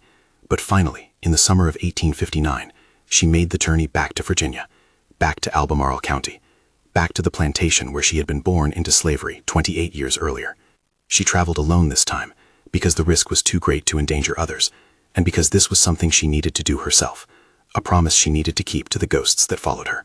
She arrived at night, moving through the familiar landscape like a ghost herself, recognizing every tree and building, every path and field. The plantation had changed in some ways. New buildings had been erected. Some of the old quarters had been torn down and rebuilt. There were faces she didn't recognize. But the fundamental nature of the place remained the same, a site of forced labor, of human suffering, of people owned and exploited and denied their basic humanity. She made contact with people she had known, with those who had been her friends and allies, and began the dangerous work of organizing an escape. The plan she developed was audacious. She would guide 7 people out, including cook Sarah, who had warned her about the dangers of dreaming, including a young woman named Lucy, who reminded her of herself at that age, including 3 children who deserved a chance to grow up free. They would leave on the night of the harvest moon, when the plantation would be busy with the final tobacco harvest and attention would be divided. She spent 3 nights hidden in the quarters, moving between rooms like a shadow, telling people about Philadelphia, about the railroad, about the life that was possible if they were brave enough to run. The escape itself was a masterclass in careful planning and desperate courage. Amelia had learned from her own experience, had incorporated everything she knew about how slave catchers operated, how to hide scent from dogs, how to avoid the roads where patrols operated. She led her group through routes she had memorized years earlier, through forests she had once only dreamed of running through, towards safe houses she now knew existed and could be trusted. There were close calls, moments when discovery seemed inevitable, but they all made it through. 7 more souls carried to freedom by a woman who had promised to return.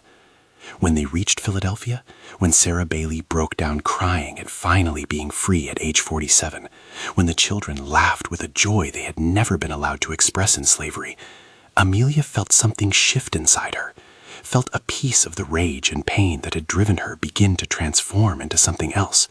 Not peace exactly, because there could be no peace while slavery continued, but a sense of purpose, a belief that her life had meaning beyond mere survival.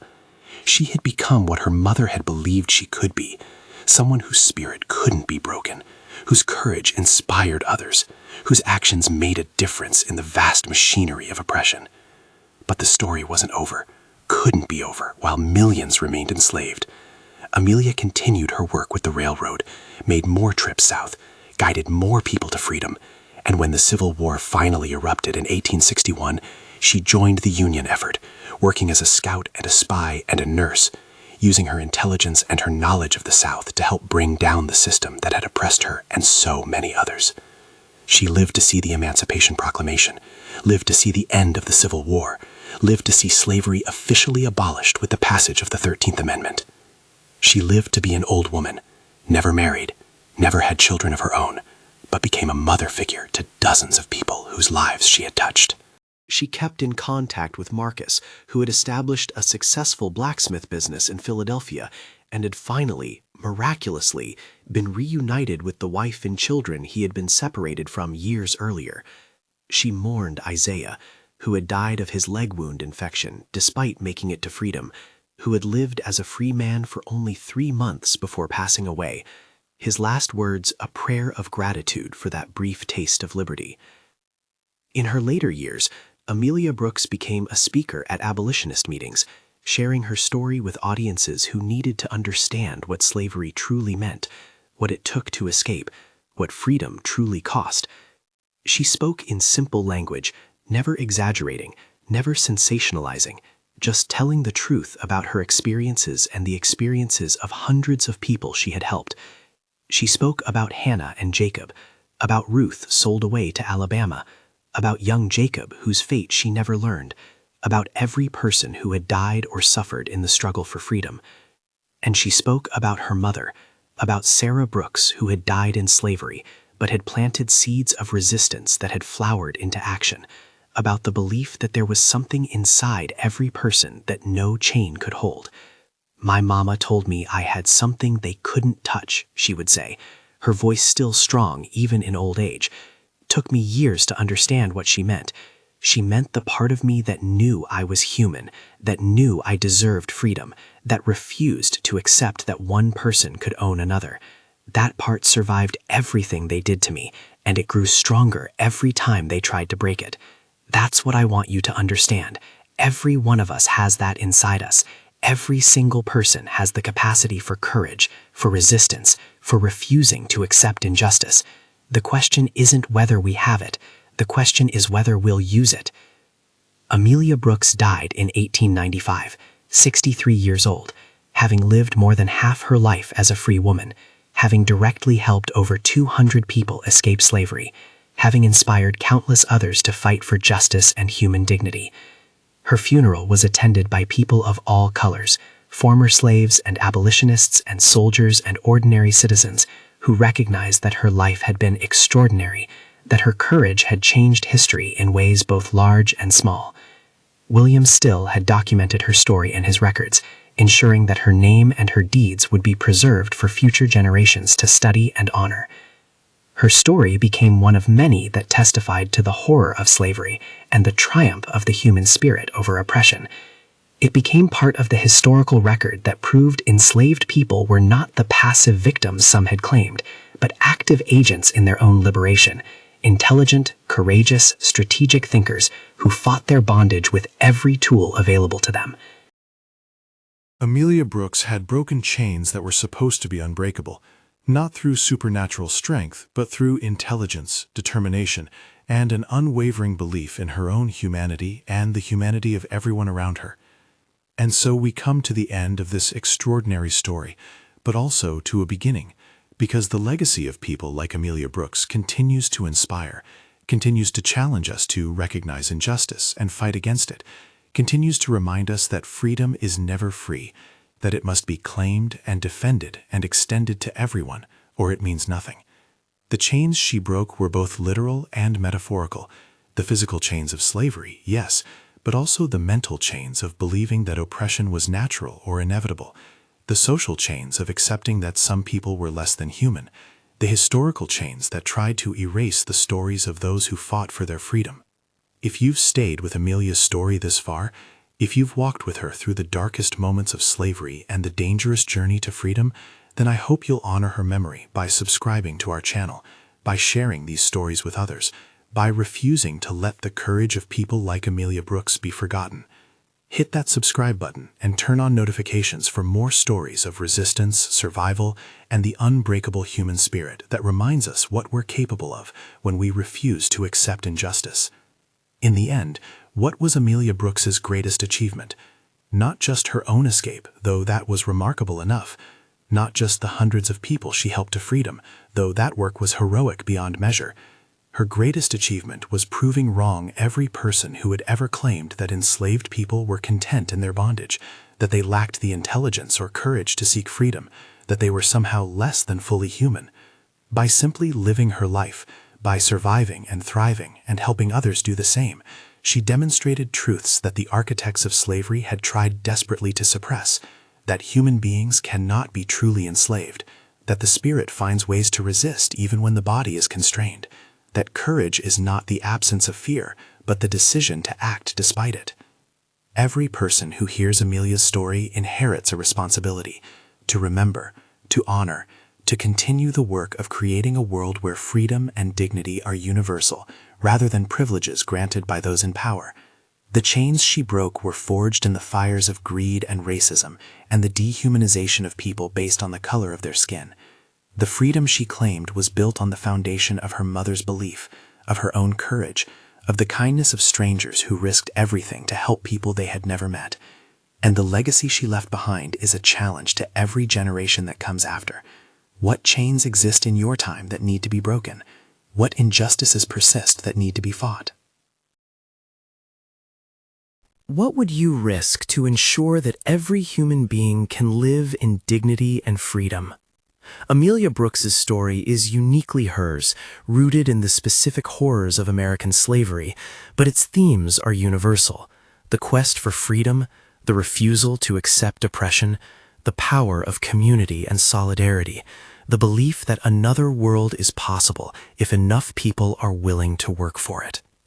Her chains were literal, forged of iron, designed to constrain her body and break her spirit. But she broke them through intelligence and courage and determination, through the help of people who believed in human dignity, through a faith in freedom that sustained her through the darkest moments. In remembering Amelia Brooks, we honor not just one woman, but the thousands of people who made similar journeys, who showed similar courage, who claimed their freedom despite a system designed to deny it. We honor the conductors of the Underground Railroad, both famous, like Harriet Tubman, and unknown, who risked their lives to help strangers. We honor the abolitionists, both black and white, who fought slavery through legal, political, and direct action. We honor everyone who understood that human bondage was an abomination that needed to be fought with every available means. And in a world that still struggles with racism, with injustice, with the tendency of those in power to exploit and dehumanize those without power, Amelia's story remains urgently relevant. The specific chains may have changed, but the fundamental questions remain. How do we recognize and fight injustice? How do we maintain our humanity in inhumane circumstances? How do we help others even when helping them puts us at risk? How do we build a world where freedom and dignity are not dreams, but realities for everyone? Amelia Brooks answered those questions through her life and her actions. She recognized injustice by experiencing it directly, by understanding that being owned by another person was a violation of everything it meant to be human. She maintained her humanity by refusing to let slavery define her, by cultivating her intelligence and her spirit in secret, by believing that she was more than what the slaveholders claimed. She helped others by returning to the South again and again, by guiding people to freedom at tremendous personal risk, by dedicating her life to the liberation of others. And she built toward a better world through every person she helped escape, through every story she told, through every moment she lived as a free woman in defiance of a system that had tried to break her. The title of this story claimed that Amelia Brooks broke unbreakable chains, and we have seen how she did it, not through magic or miracles, but through the very human qualities of intelligence, courage, determination, and community. The chains were supposed to be unbreakable, designed by people who believed they had created a perfect system of control and exploitation. But they had made a fundamental mistake. They had forgotten that human beings cannot be truly enslaved, that the spirit finds ways to resist, that every system of oppression contains within it the seeds of its own destruction. Amelia's mother told her she had something inside that her enslavers couldn't touch. That something was her humanity, her consciousness, her ability to dream and plan and hope for something better. It was the part of her that knew she deserved freedom, that recognized the injustice of slavery, that refused to accept that this was all life could offer. It was the part that survived beatings and humiliation and loss, that grew stronger through suffering rather than weaker, that transformed pain into purpose and grief into determination. In the end, The chains that were supposed to be unbreakable were broken by something stronger. The human will to be free, the refusal to accept permanent oppression, the courage to risk everything for the chance to live as a whole person rather than as someone's property. Amelia Brooks broke her chains, and in doing so, she helped break the chains that bound hundreds of others. Her story is a testament to what humans can accomplish when we refuse to accept injustice, when we work together toward common goals, when we believe that a better world is possible and commit ourselves to creating it. So let us honor Amelia Brooks, not with pity for what she endured, but with admiration for what she accomplished. Let us remember her not as a victim of slavery, but as a victor over it, someone who claimed her freedom and helped others do the same. Let us carry forward her legacy by continuing to fight injustice wherever we see it, by helping those who need help, by believing in human dignity and working to ensure it becomes reality for everyone. The chains she broke can never be forged again, not because slavery is impossible, but because people like Amelia proved that it can be resisted, that it can be overcome, that it can be consigned to history where it belongs. And with that, we conclude the story of Amelia Brooks, the enslaved woman whose courage broke unbreakable chains, whose intelligence outsmarted a system designed to crush her, whose life became a beacon of hope for everyone who believes that freedom is a right rather than a privilege, that dignity is inherent rather than granted, that human beings cannot be truly owned, no matter what the law might say. Her story is finished, but its echoes continue, reminding us that we all have within us the capacity for courage, for resistance, for creating change in a world that desperately needs it. Thank you for journeying with Amelia through her extraordinary life. If this story moved you, if it inspired you, if it reminded you of the power and resilience of the human spirit, please subscribe to our channel and share this story with others. These are the stories that need to be told and retold, the narratives that counteract erasure and honor the people who fought for freedom. Amelia Brooks's chains may have been unbreakable, but she broke them anyway. And in doing so, she showed us all what's possible when courage meets determination, when intelligence meets opportunity, when the human spirit refuses to be defeated.